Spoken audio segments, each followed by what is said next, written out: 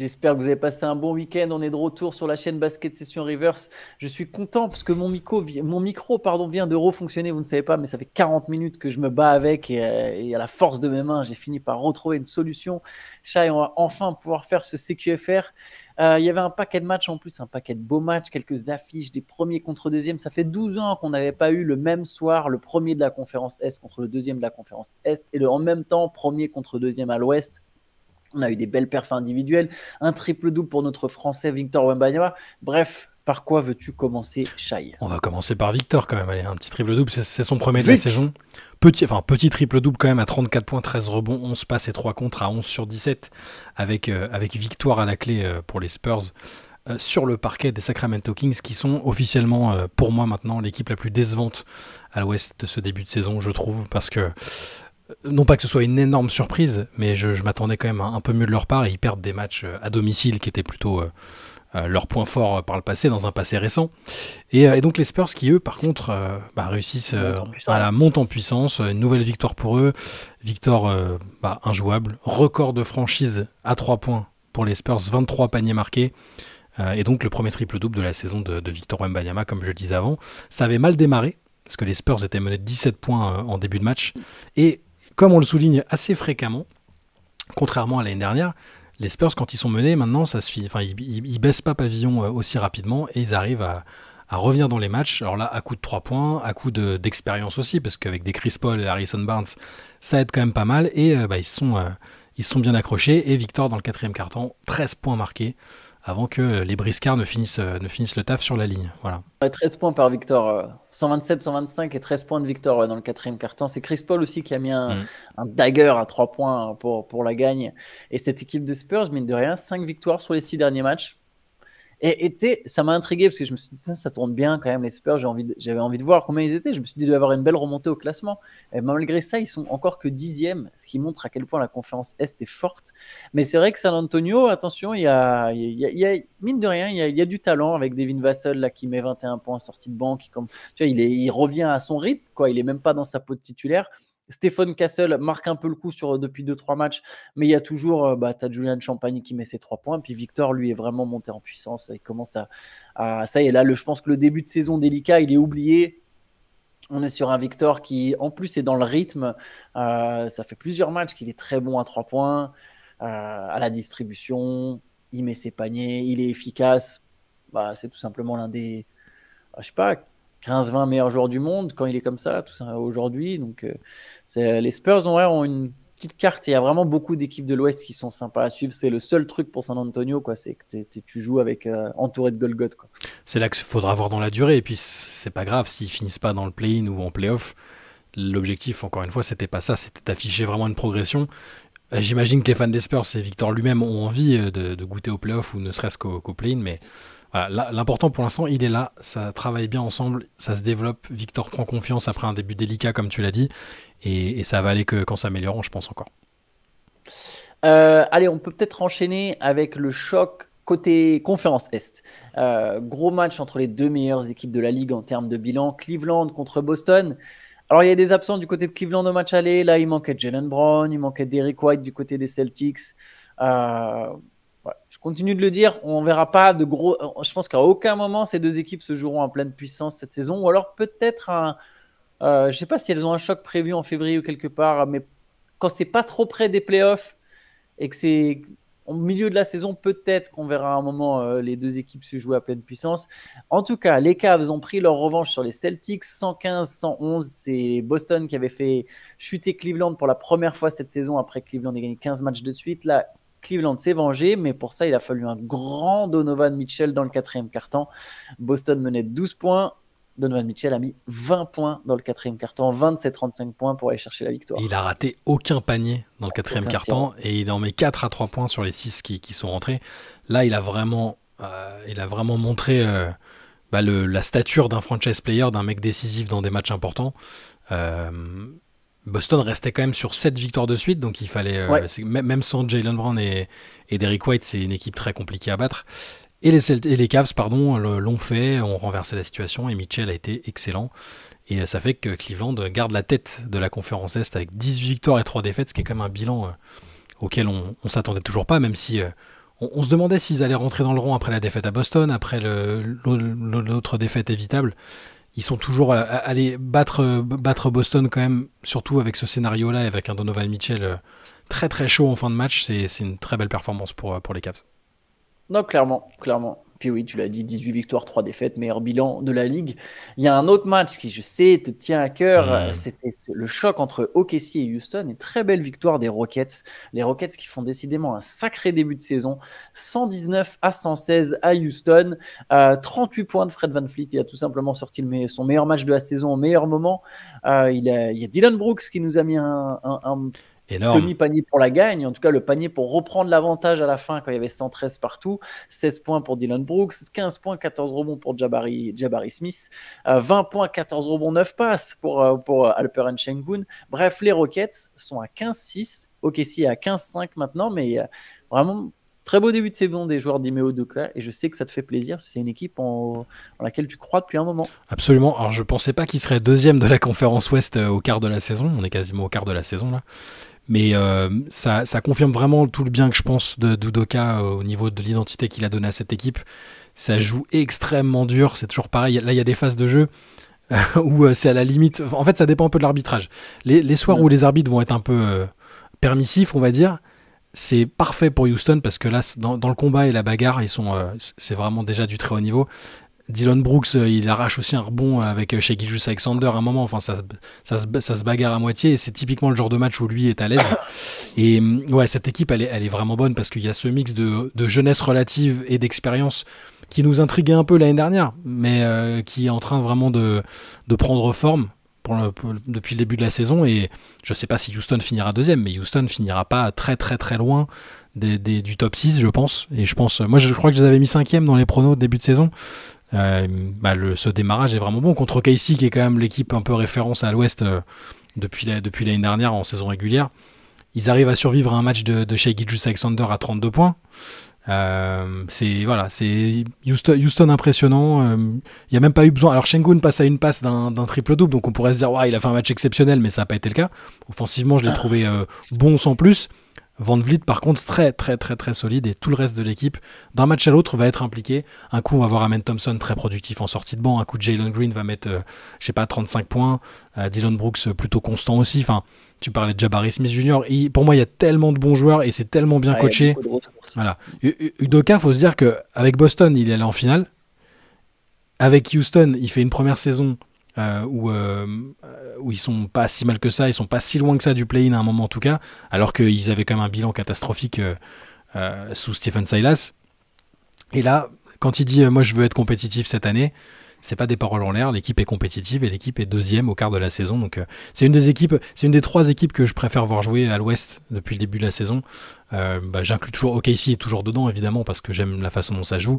J'ai parlé de Memphis l'autre jour dans les choses pour lesquelles on était on s'est envoyé des messages à ce sujet pendant le week-end. Memphis est aussi très cool à voir et Houston dans son registre capable de prendre feu offensivement mais aussi avec cet ADN bien dur qu'on aime bien et qui me fait dire que ça peut être un outsider un peu plus tard dans la saison, mais on en reparlera le moment venu. Tu avais fait une comparaison entre Houston et le Heat? Non, je pense pas. Non, ok. Je crois pas. Il y a un petit truc tu vois, dans le sens où après, j'aime pas toujours cette expression de on voudra pas les jouer en playoff parce qu'en vérité, il y a souvent des équipes que t'as pas envie de jouer, il y en a plein, puis en même temps, tu sais que si t'es fort, tu vois. Mais pour le coup, les Rockets, ça peut être chiant à jouer en playoff. Non, mais t'as raison, c'est ça que j'avais fait la comparaison sur le fait que ça peut devenir l'équipe que t'as pas envie d'affronter. Ouais. Mais si tu vois, au premier tour, tu dis non, vas-y, ils ont fini 6-7e et nous on a fait une bonne saison régulière et tu te tapes Houston. Et effectivement, dans cette approche-là avec le Heat, parce que je trouve que les Rockets ont plus de talent que le Heat en fait. Individuellement, il y a des gros talents. Il n'y a pas l'expérience, il n'y a pas la même expérience collective, mais. Alors je vais essayer de comparer avec le Heat qui a fait des finales, tu vois. Il y a peut-être plus de talent cumulé, mais par contre, il n'y a aucun joueur comme Jimmy Butler. C'est vrai. Mais Alperen Sengun est très fort. Hein. Mais il y a, par exemple, tu vois, il y a un bémol sur les Rockets pour moi, c'est l'attaque sur demi-terrain. Où ça va être essentiel en playoff, tu vois, ça va être d'être capable de mettre des points sur demi-terrain. Et sur ça, c'est pas forcément leur point fort, mais comme tu l'as dit, ils défendent comme des chiens. Il y a du talent partout. C'est une équipe qui a plusieurs ressources, qui a des moyens de trouver des trucs. Donc, par exemple, si je pense à Houston face à une très grosse équipe, je me dis que la très grosse équipe va partir évidemment favorite. Mais tu seras jamais à l'abri d'un upset en fait quand tu vas jouer Houston. Va falloir être solide en playoff, falloir être solide au moment de jouer Houston en playoff. Et tu vois là, je vois tu nuances, tu dis 6-7. Moi, je serais vraiment pas surpris que les Rockets finissent dans le top 4 en fait. Au final, maintenant oui. Vu à une époque. Et c'est vrai que sur le coup, moi, j'y croyais pas forcément, tu vois, ça fait plusieurs moments où je mets des nuances sur les Rockets, mais c'est une équipe très solide. Faut tout à fait raison. Faut juste faire gaffe parce que il suffit de regarder le classement de l'Ouest. J'arrête pas de le dire que je regarde le classement qu'à partir de la mi-saison en gros. Avec une série, tu perds 3 matchs de suite, tu te retrouves vraiment bas. Là, les Spurs, s'ils gagnent encore, ils vont se retrouver peut-être top 5. Ça va très très vite. Donc pour ça que les conclusions, mais je les vois bien. On voit le type d'équipe qu'ils arrivent à battre aussi. Tu vois, battre OKC, c'est quand même pas n'importe quoi. Et c'est pour ça que je les crois capables. En fait, j'essaye de pas avoir des attentes trop élevées, dans le sens où je me dis, s'il y a un premier tour contre une équipe qui est évidemment favorite contre les Rockets, je vois pas du tout un sweep ou même un 4-1. Je pense qu'ils vont se bagarrer, que c'est minimum un 4-2 et l'équipe en face va se dire, eux l'année prochaine ils vont être chauds, tu vois. Donc, c'est vrai, c'est exactement ça. Ouais. Pour moi, le truc vraiment intéressant, c'est que tu as des joueurs à maturité. Van Vliet va pas beaucoup plus progresser, ça y est, c'est un joueur fini. Dylan Brooks aussi, on sait ce qu'il apporte sur le terrain. Mais autour, ils ont une telle marge de progression. Şengün peut encore être bien meilleur. Il s'est étoffé physiquement, il est plus agile. Il arrive à s'intégrer dans une équipe dans laquelle il était moins bien intégré en fin de saison dernière, qui gagnait sans lui. Jalen Green, ça reste un peu inconstant, mais on voit de belles choses de temps en temps. Jabari Smith va encore progresser, Amen Thompson va encore progresser. J'ai même pas cité tout le monde. Donc, cette équipe, je la trouve assez emballante et ça part encore une fois de celui qui est, je pense, le vrai MVP de cette équipe, c'est le coach Ime Udoka. Voilà. Très bien dit. Écoute, tu as mentionné Memphis, et moi je veux bien parler de Memphis, parce que j'ai regardé le Memphis-Indiana, et j'ai trouvé cette équipe des Grizzlies extrêmement plaisante. Alors, je vous avoue déjà qu'il y a un gros truc qui joue de base, je vais passer pour un vieux gars, mais le maillot des Grizzlies est magnifique, le maillot Vancouver, avec le parquet Vancouver. Mais maintenant, plus sérieusement en termes de basket, donc victoire de Memphis contre Indiana 136-121. Memphis qui là aussi fait un excellent début de saison, qui est 3e, pas loin derrière OKC et Houston, 14 victoires en 21 matchs. Même si je pense que Memphis est peut-être un peu moins solide que Houston, tout en ayant paradoxalement peut-être une star plus forte. Mais ce qui m'a marqué du côté des Grizzlies, dont on parle souvent de la défense, mais en vérité, c'était vraiment le jeu offensif. C'était ultra altruiste. D'ailleurs, ils finissent avec 36 passes décisives. Ja Morant, je le trouvais. Alors, c'est pas que sur ce match en plus, Ja Morant, pour le coup, c'est pas un constat que sur ce match. Je trouve qu'il joue très juste en fait, ou de plus en plus juste, ce qui n'est pas toujours le cas des jeunes meneurs scoreurs. Tu vois, Westbrook, John Wall, il lâchait beaucoup de passes, mais ce n'était pas forcément toujours en jouant juste. Je trouve que Ja Morant, il joue très juste. Il y a une recherche de la passe, il y a beaucoup de circulation de balles, et du coup, il y a beaucoup de joueurs qui marquent des points. Et il y a un excellent banc, mine de rien, du côté des Grizzlies, ou un très bon banc, je veux dire ça comme ça, un très bon banc, avec des joueurs qui payent pas de mine, en fait, tu vois. Santi Aldama, on sait qu'il est très bon, mais même un Jake LaRavia, il y a du talent.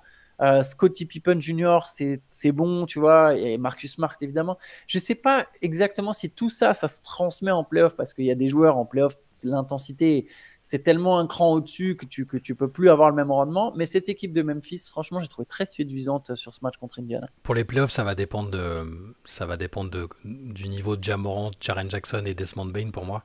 C'est-à-dire que c'est les trois, si ces trois-là élèvent le niveau en playoffs, ils ont une chance de faire quelque chose, mais moi, je voulais juste déjà que cette saison, ils reviennent un peu dans la discussion des bonnes équipes de l'Ouest. L'effectif n'est pas vieux. Ja Morant joue très juste, t'as raison. On l'avait souligné quand même avant sa petite blessure. Il est beaucoup plus en recherche de la passe. Tu vois, c'est-à-dire que c'est un joueur qui est prodigieux offensivement et qui potentiellement pourrait faire du Westbrook de l'époque, c'est-à-dire beaucoup de tirs, un usage rate gigantesque. Mais j'aime bien l'approche qu'il a de revenir un peu modestement. Ça va dans le sens de la rédemption quelque part, hein. Je reviens, mais j'implique tout le monde, je veux montrer que je suis le leader de cette équipe. Je trouve qu'il le fait bien, et même quand il n'est pas là, Memphis s'en sort très correctement, hein. Marcus Smart a fait un très très bon match la dernière fois en son absence. Jaren Jackson, discrètement, c'est pas mal aussi. Et tu l'as dit, l'effectif tourne bien. Là aussi, c'est bien coaché parce que c'est un coach qui connaît par cœur cette équipe, ou la plupart des membres de cette équipe. Donc, je pense pas que Memphis finira 3e. J'aimerais bien. Mais il y a moyen que Memphis puisse descendre un peu. Je pense que ça va se lisser, mais je veux dire, déjà, enfin, ce serait magnifique une qualification directe en play-off qui est très loin d'être évidente dans cette conférence Ouest. Ce serait bien. Après, je veux me nuancer un tout petit peu, c'est-à-dire qu'en face, Indiana, c'est opération porte ouverte 2 soirs sur 3. Défensivement, c'est catastrophique. Prendre 136 points comme ça contre Memphis, je trouve que c'est dommage. Et Tyrese Haliburton, on ne s'est pas trop attardé sur son cas depuis le début de la saison parce que... Alors, il sortait de quelques bons matchs. Oui, tout à fait. Il sortait de bons matchs, de matchs encourageants. C'est-à-dire qu'il était pas, pour moi, c'était pas encore le joueur de la saison dernière. Pendant la moitié de la saison, il était énorme, Haliburton, quand même. Et là, sur les matchs à l'extérieur, j'ai l'impression que c'est toujours à l'extérieur. Hein. Je dis pas de bêtises, là, le match était bien à Memphis. Oui, c'était à Memphis. Ouais. À l'extérieur, il faudrait regarder. J'ai l'impression qu'il est toujours loin, très très loin de son meilleur niveau et qu'il n'est pas influent sur les matchs. Tu vois. Il a beau faire...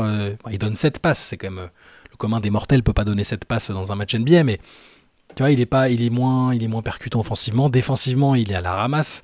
Alors qu'avant, il arrivait un peu à limiter la casse. Ça n'a jamais été un bon défenseur, mais il limitait un peu la casse, ça se voyait moins. Et pour une équipe qui est censée se connaître comme se connaissent les Pacers, puisque le plus récemment arrivé, ça doit être Siakam, mais quand même, bon, et ça y est, il a fait une demi-saison et ils ont été bons jusqu'en finale de conférence. Ça fait partie des équipes énigmatiques. C'est souvent un avantage de très bien se connaître. Là, j'ai l'impression que ils sont sur un niveau plancher qui me rassure pas, moi. Tu as parlé de déception pour les Kings à l'ouest, pardon, les Pacers. Alors, il y a des déceptions à l'est, hein, il y a les Sixers, c'est au-dessus du soleil, mais les Pacers, pour le coup, ont un peu un espèce il y a un petit parallèle à faire, sauf que voilà, la chance quand tu es à l'est, c'est que de toute façon, avec 9-12, tu peux toujours enfin, il reste du temps, mais avec 9-12, tu es encore dans le top 10, quoi. Tu es 8e. Ouais. Alors, mais les Pacers, moi aussi, me déçoivent sur cette saison. Tu vois, par exemple, là, Nembhard, il met 14 points en 15 minutes, mais c'est un joueur dont j'attendais plus. Bah, il revient, il a manqué beaucoup de matchs. Il revient de blessure. Il avait commencé timidement la saison, après, il s'est blessé, mais ouais, cette équipe des Pacers. Bah, tu vois, là, entre les deux équipes, vraiment, il y a une équipe qui était beaucoup plus séduisante que l'autre, je trouve, sur ce match-là. Et tu te rends compte sur le classement, encore une fois, à tempérer vu où on en est dans la saison, mais ils sont dans les mêmes eaux, ils ont le même bilan que Brooklyn, qui n'est pas censé jouer les mêmes choses que les Pacers. Et Détroit, tu te rends compte, enfin, ils sont, Atlanta est devant. Atlanta qui est une équipe aussi, plus ou moins en transition. Indiana doit pas être une équipe en transition, c'est une équipe... regarde, même Orlando. Je vais défendre un peu la bannière du Magic, tu vois, parce que c'est le moment pour le faire, mais Orlando, en s'appuyant sur la même équipe que l'année dernière, ou presque, et sans Banchero, a eu les acquis de l'année dernière et garde un niveau là, très très bon pour le coup. Ils enchaînent les victoires, mais alors que les Pacers, je comprends pas ce qui va pas. Il y a beau avoir des blessures ici et là et tout, ça ronronne un peu et je suis pas hyper rassuré pour Indiana. Ouais, moi non plus. Le Magic justement a battu Brooklyn 100-92, 20 points, 9 rebonds, 8 passes de Franz Wagner qui a été maladroit mais qui a provoqué beaucoup de fautes et qui a réussi à trouver d'autres manières de peser. 16 points pour Kentavious Caldwell-Pope qui commence à trouver son rythme un peu avec le Magic. Et c'est quoi? C'est la 6e victoire de suite du Magic, qui est 3e à l'Est. 6e victoire de suite, c'est pas la plus brillante, mais bon, on sait que Brooklyn, c'est toujours des... Pour moi, c'est un bourbier, hein. Affronter les Nets, c'est toujours compliqué. Ils ont battu 2 fois de suite les Nets là, sur les derniers jours. Et voilà, Orlando, même sans génie, ça fonctionne bien. Et c'est exactement l'inverse de ce que je disais avec Indiana. L'équipe se connaît bien, a le même coach. Il n'y a pas de raison que ça... Tu vois, avec les acquis, même sur les matchs compliqués, ça te permet de les remporter. Enfin, pour moi, c'est ça. Et du coup, tu as Orlando sur le podium de la conférence Est. Et Tyrese Martin du côté des Nets, Tyrese Martin plutôt, qui a mis 30 points il n'y a pas longtemps. Il a joué 8 minutes, 0 points. Oui, bon voilà, c'était son heure de gloire peut-être. Je te propose qu'on parle d'une autre équipe en perdition, même si là c'est plus que tirer sur l'ambulance, là c'est vraiment y aller au bazooka. Les Pelicans ont mis 28 points en première mi-temps. Ah là. C'est terrible. Mon équipe ce week-end a mis plus de points que les Pelicans en première mi-temps. Alors on ne jouait pas contre les Knicks, c'est vrai, mais... Et vous avez perdu aussi? Non, on a gagné. Bon, les Knicks ont battu les Pelicans 118-85 et je lisais 28 points en première mi-temps. Alors c'est vrai, l'effectif de New Orleans il est moche, mais il y a quand même Trey Murphy, Dejounte Murray et CJ McCollum. Oui, il est pas si moche que ça. Là maintenant, disons que le banc c'est compliqué quoi. Ouais, mais quand il perdait, il y a au moins 3 locomotives normalement en attaque et 28 points. Mais quand il perdait sans McCollum, sans Dejounte Murray, ils avaient des Alvarado blessés, des Trey Murphy, Zion, j'en parle même pas. Tu peux te dire, ils ont vraiment pas de bol, ils sont totalement déplumés. Là, ils récupèrent des joueurs. Dejounte Murray a déjà été All-Star, c'est un two-way player quand même de qualité. McCollum, c'est pas un All-Star, mais il a quand même fait des saisons de ce calibre-là, il a de l'expérience. Et ce qu'il y a autour, pareil, ils se connaissent. Ça fait quelques saisons que les Alvarado, Trey Murphy et compagnie jouent ensemble. Le coach connaît l'équipe. Bon, ça va pas. Il y a le cas Ingram qui est un peu en train aussi de prendre de l'ampleur. Qui doit être tradé d'ailleurs. Qui doit être tradé. Bon, il va être tradé, je pense parce que. Je pense qu'il va être tradé. Parce que là, il est absent sur une blessure supposée, mais il vient de signer chez Clutch Sport au passage. Bon, voilà, ça va pas tarder, je pense. Ça va pas tarder. Ça va pas tarder. Et c'est assez désespérant. Et là, ils prennent le virage d'une saison où ils vont vraiment ils vont finir par prendre le virage du tanking qui n'était pas du tout prévu à mon avis à la base. Et il va falloir se demander qui va rester ou pas à la fin de la saison, quoi. Bon, le cas Zion est toujours désespérant. Vous l'avez abordé très bien il y a pas très longtemps dans un podcast où j'étais pas avec vous, mais les Pelicans, c'est déprimant. Et pour New Orleans, c'est une franchise. Il y a des périodes où on se dit c'est la cata et c'est un marché pas très porteur pour le basket, donc quand il y avait des rumeurs de déménagement, ça peut être une équipe qui va bouger. Et quand ça va bien, on se dit enfin ça peut être la locomotive. Et puis ça dure pas assez longtemps pour qu'on puisse être enthousiaste. Donc moi je suis très déçu parce que c'est une équipe, ça risque d'être une équipe un peu what if pour moi à l'Ouest, à un moment plus tard quand on en parlera à mon avis. Il y a tout à fait moyen. Du côté des Knicks, belle victoire, 31 points de Mikal Bridges qui est plutôt critiqué depuis le début de la saison. Du coup, je pense que ça va lui faire du bien. Lui, pour le coup, dans le premier quart-temps, à lui tout seul, il a mis plus de points que les Pelicans. Il était à 13, pendant que New Orleans était à 10. 14 points, 19 rebonds de Karl Anthony Towns. Et du coup, enfin un match où les titulaires ont pu un peu se reposer du côté des Knicks. Tu as Towns joue que 25 minutes, Bronson 26. Donc ça, c'est plutôt cool pour New York qui décolle. Sa 10e victoire. Ouais, c'est quand même dommage que ce soit sur les matchs comme ça où ça tourne que du coup pas comme Dadier est parti en G-League pour la première fois de la saison. Ouais. Et là tout le banc joue. Voilà, c'est un peu dommage, mais bon, allez, c'est pas grave, on le reverra peut-être. Et puis la G-League, c'est pas du tout un aller simple. Il y a des joueurs qui en reviennent, ça se passe bien. Il va se développer. Et je pense il est tout à fait capable de faire partie de ces joueurs qui sont au-dessus du lot et qui se font plaisir en G-League et qui se font remarquer pour qu'on les revoie après. Parce que hier, il y a quand même Ariel le fameux Porti. Ouais, le fameux. Lui, pareil, tu me faisais le jeu de où est-ce qu'il joue. J'aurais jamais pu te dire. Lui, il a joué hier. Il vient d'arriver. Allez, les Raptors ont battu le Heat 119-116 avec 37 points d'R.J. Barrett qui est chaud patate quand il joue à domicile. 23 points, 10 rebonds, 9 passes aussi de Scottie Barnes. C'est bien, de toute façon, là, cette paire-là, c'est le futur de Toronto. Belle victoire contre Miami. Je sais pas si tu veux dire quelque chose sur ce match. Pas spécialement, mais oui, Barrett très bon et énorme adresse aussi. Il est pas mal allé sur la ligne dans mon souvenir, il a été vraiment efficace. Je fais surtout 15 sur 20. Ah non, 4 sur 4 sur la ligne, c'est ça. Enfin, je sais qu'il y a une période où il a enchaîné les paniers et les lancers, à un moment il en ratait vraiment plus un. Mais il est sur plusieurs bons matchs en fait, à chaque fois qu'il joue à Toronto. En fait, il est sur plusieurs bons matchs. De toute façon, il fait une bonne saison, R.J. Barrett pour l'instant, à l'échelle des Raptors. Finalement, entre Anunoby qui est allé au Knicks et lui, sur le coup, on en a parlé quand on a parlé d'Anunoby dans le CQFR de ce week-end, mais on est sur du gagnant-gagnant, je pense, parce que les Raptors étaient en reconstruction, ils ont un jeune joueur qui a envie d'être là, qui a envie de briller là, donc c'est très bien. Ouais, et puis il est du coin, quoi. Il est chez lui à la maison. Los Angeles a battu Utah 105-104 avec, est-ce que tu as vu ce move de Will Hardy, ce tanking move, ce gros fail. Will Hardy a demandé un temps mort pendant que son joueur était en train de marquer le game winner. C'est terrible. Mais c'est quoi ta théorie? À une seconde de la fin. Ta théorie, c'est une ma boulette. théorie, c'est qu'il a demandé le temps mort parce qu'il a cru que Sexton allait s'enfermer. Il avait zéro confiance. Il a surestimé la défense des Lakers, qui au final, Sexton a trouvé une solution pour aller marquer quasiment un lay-up quoi, pour la gagne. Sauf que pendant ce temps-là, Will Hardy demandait temps mort et donc en fait, il avait zéro confiance en Colin Sexton en fait. Je pense qu'il a cru que Colin Sexton allait perdre la balle, elle se retrouve enfermée face à la défense. Je pense pas que ce soit du tanking quand même. Ça ressemble plus à une petite, c'est une erreur. Erreur à la, un peu. Regarde, même Spoelstra fait des erreurs, on l'a vu cette année. Will Hardy, qui est un des meilleurs jeunes coachs de la ligue, il peut faire des erreurs aussi. Mais les Lakers, ils devaient être heureux de l'issue parce que c'était un peu chaud. Il y avait vraiment game winner. Et ce qui est fou, c'est que derrière, si je dis pas de bêtises, il y a temps mort. Du coup, il arrive à poser son temps mort. Il reste quoi? Il reste une seconde et quelques.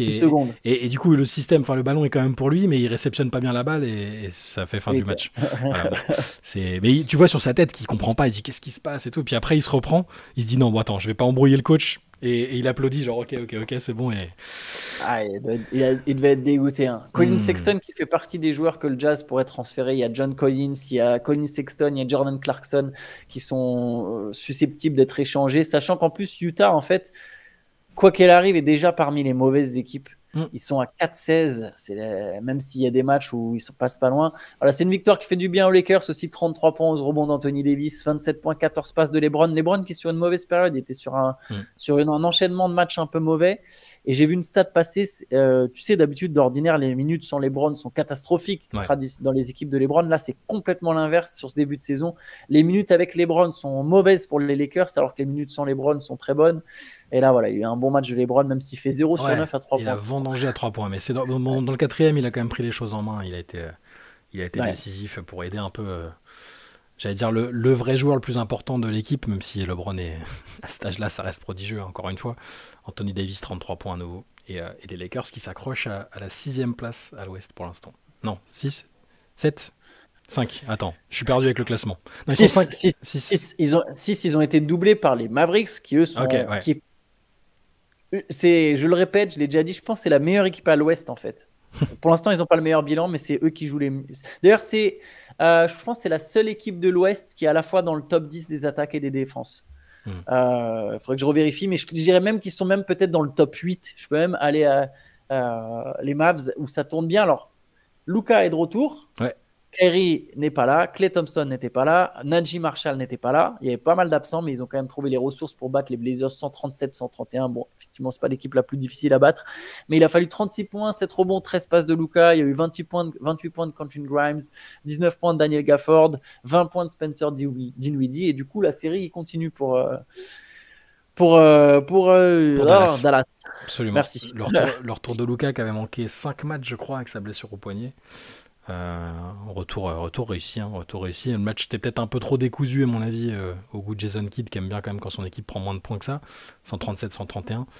Mais sans Kyrie qui a pu se reposer un peu après avoir bien tenu la baraque, je trouve, sur les derniers matchs. Ça fait quoi? Ça fait 4 victoires de suite, 4 victoires de suite pour Dallas. Donc t'as raison, c'est une équipe dont le classement est peut-être un peu le vrai classement se situe peut-être un peu plus haut, tu vois. J'ai l'impression qu'avec une équipe comme Memphis, ça peut se rééquilibrer après, ou peut-être les Warriors qui eux sont pas sur une très très bonne période non plus. Donc faudra voir. Mais là, avec toutes les forces en présence, quand tu auras et Luka et Clay et Kyrie, je pense que c'est plus du repos qu'autre chose. Hein. C'est une douleur à l'épaule. Najee Marshall aussi. Voilà, je pense qu'effectivement c'est une équipe qui tourne bien là en ce moment et qui va encore mieux tourner sur la suite de la saison. Et est-ce qu'on a fait le tour? Non, j'ai non. failli oublier une des grosses perfs de la nuit. C'est fou qu'on l'aborde qu'à la fin, my bad. En plus, j'ai vu la fin de match. Les Clippers ont battu les Nuggets 126-122. Il y a quelques jours, je disais les Clippers, tu vois, ça bat les équipes moyennes et faibles, mais ça bat aussi les équipes fortes, mine de rien. Et énorme, grosse perf de James Harden, même s'il a beaucoup tiré. 39 points, 9 rebonds, 11 passes et 28 points de Norman Powell pour son retour. Très belle victoire des Clippers contre les Nuggets où on a eu 28 points, 14 rebonds, 11 passes de Nikola Jokic, mais qui était moins à l'aise que dans les autres matchs. Il y a eu très bonne défense des Clippers sur lui, mine de rien. Ouais, les Clippers sont là et James Harden, match après match, il a beau être maladroit, il shoot à 38% je crois cette saison, au global, hein, pas à 3 points. Il est vraiment épanoui. On le retrouve dans un. Alors il a expliqué lui-même ce rôle de première option qu'il a été obligé de réendosser parce que Paul George parti, parce que Kawhi Leonard blessé. Il a mis du temps à se remettre un peu, pardon, dans ce mood-là en fait, dans ce style de jeu. De superstar. Mais par contre, ça se passe bien et Harden est presque jamais meilleur que dans ces situations-là. Autour, les gens l'aiment bien. Cette relation. Il y a les joueurs parfaits pour être avec Harden. C'est ça. C'est les mecs parfaits pour Harden. Exactement. Après, encore fallait-il qu'Harden à 35 ans soit capable d'être ne serait-ce que la moitié du Harden qu'il était à l'époque quand il avait ces joueurs-là autour de lui. La relation avec Zubac en dehors sur le terrain, elle est excellente. Pardon. Et du coup, ça fait qu'il fait une campagne, moi, qui me surprend beaucoup. On s'en est amusé dans un trophée l'autre jour. Si vous allez sur Basket Session, vous voyez que souvent dans la semaine, on fait des petits trophées un peu humoristiques où on comparait le retour inattendu de James Harden à celui d'un autre barbu, Lula, le président brésilien. Voilà. Et moi, je m'attendais pas au retour de James Harden. Belle rêve politique. Et moi, je m'attendais pas à un retour aussi bon. En tout cas... retour, il était là, il n'a pas manqué de saison Harden, mais un retour comme première option d'une équipe qui est dans la discussion pour les playoffs à l'Ouest, je m'y attendais pas forcément et c'est tout à son honneur d'être à ce niveau de jeu là. Et je pense d'ailleurs que son adresse va augmenter, qu'il va perdre moins de ballons, logiquement, À voir si Kawhi va revenir, ça change la dynamique, mais pour l'instant, voilà, cette équipe très axée autour de James Harden. Kawhi va revenir, je pense qu'il n'y a plus aucun joueur des Clippers qui y pense, quoi. Je pense que... Ouais, mais c'est pas plus mal au final, parce que c'est... On le dit, il joue comme il joue, bon, s'il est là, il est là, quoi. Voilà, on le disait l'autre jour, une équipe que voilà, l'équipe se bagarre, Harden joue bien. Écoute, voilà, que demande le peuple presque, avec toutes les galères qu'il y a eu, le départ de Paul George, c'est presque inespéré d'être dans la discussion à l'Ouest, donc bravo, il faut que ça continue pour eux. Et Harden, voilà, je suis le premier à dire que Harden, c'est pas trop ma tasse de thé, mais il faut reconnaître qu'il fait un super début de saison sans avoir une belle adresse et en perdant beaucoup de ballons, donc voilà, c'est pas incompatible. Allez, juste pour revenir juste un petit peu sur ce week-end, juste une équipe dont on veut parler et un joueur en particulier, c'est Giannis Antetokounmpo et c'est les Bucks, parce que Milwaukee est sur 6 victoires de suite avec un Giannis qui cartonne. Alors bon, ce week-end, ils ont battu les Wizards. Effectivement, c'était pas l'équipe la plus difficile à battre et il y a eu quand même 42 points, 12 rebonds, 11 passes de Giannis. Mais le tandem fonctionne bien. Giannis-Lillard, ça fonctionne très bien. Brook Lopez, il est bon. Taurean Prince, il est pas mauvais. Bobby Portis, il fait ses stats. AJ Green, il est intéressant en sortie de banc. Ça fait quand même quelques joueurs qui commencent à être solides du côté des Bucks, au-delà du fait que tu as 2 des meilleurs joueurs de la ligue ensemble. Et ouais, Milwaukee, ça y est, a retrouvé sa place. Ils sont 5e à l'Est. Ils sont pas loin des Knicks. Ça monte en puissance. Et Giannis, c'est honnêtement, je pense, à un niveau MVP. Lui et Jokic me paraissent des fois des années-lumière au-dessus des autres, quoi. Quand Giannis joue comme ça, c'est injouable. Là. Il est sur. T'as raison, c'est une saison de calibre MVP. Ça avait démarré. Ses stats étaient bonnes, hein, mais les résultats collectifs étaient tellement mauvais que c'était difficile de l'envisager dans cette conversation-là.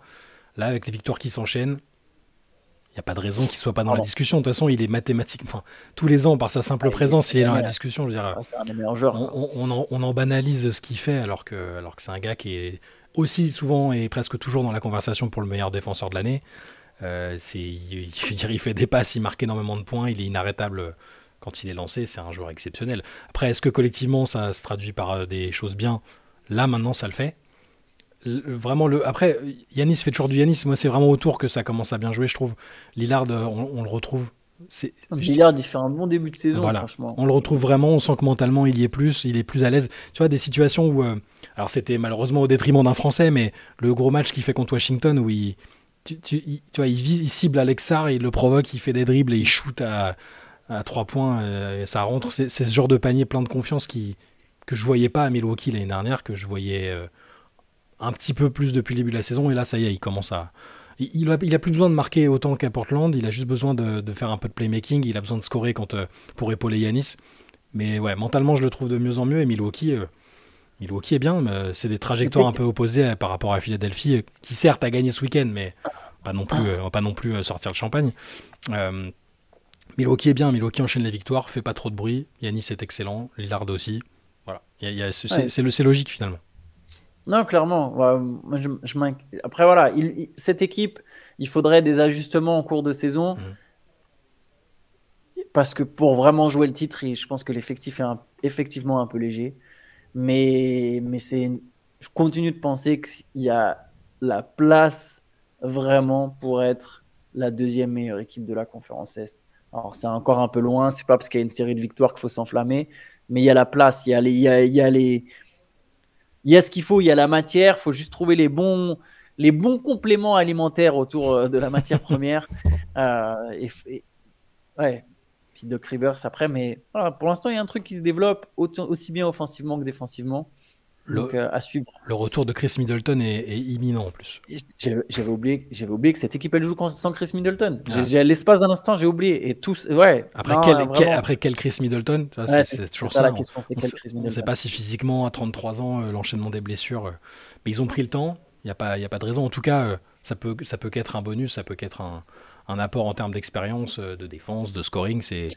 C'est une plus-value, et à l'Est, ça n'a pas de prix, quoi. Ça fait automatiquement, normalement, avec un trio Giannis, Lillard, Middleton, avec l'expérience des joueurs qui sont autour aussi, les Brook Lopez et compagnie, c'est difficile tu peux pas être hors du top 4, quoi, pour moi, mais bon, on verra ce que ça donne. Clair. Yes, on va s'arrêter là-dessus, Chat, et on se retrouvera de toute façon cet après-midi pour un podcast, comme d'habitude, avec Théo qui sera là au rendez-vous. Et d'ici là, écoutez, bonne journée à tous. Ciao, ciao. Ciao, bonne journée.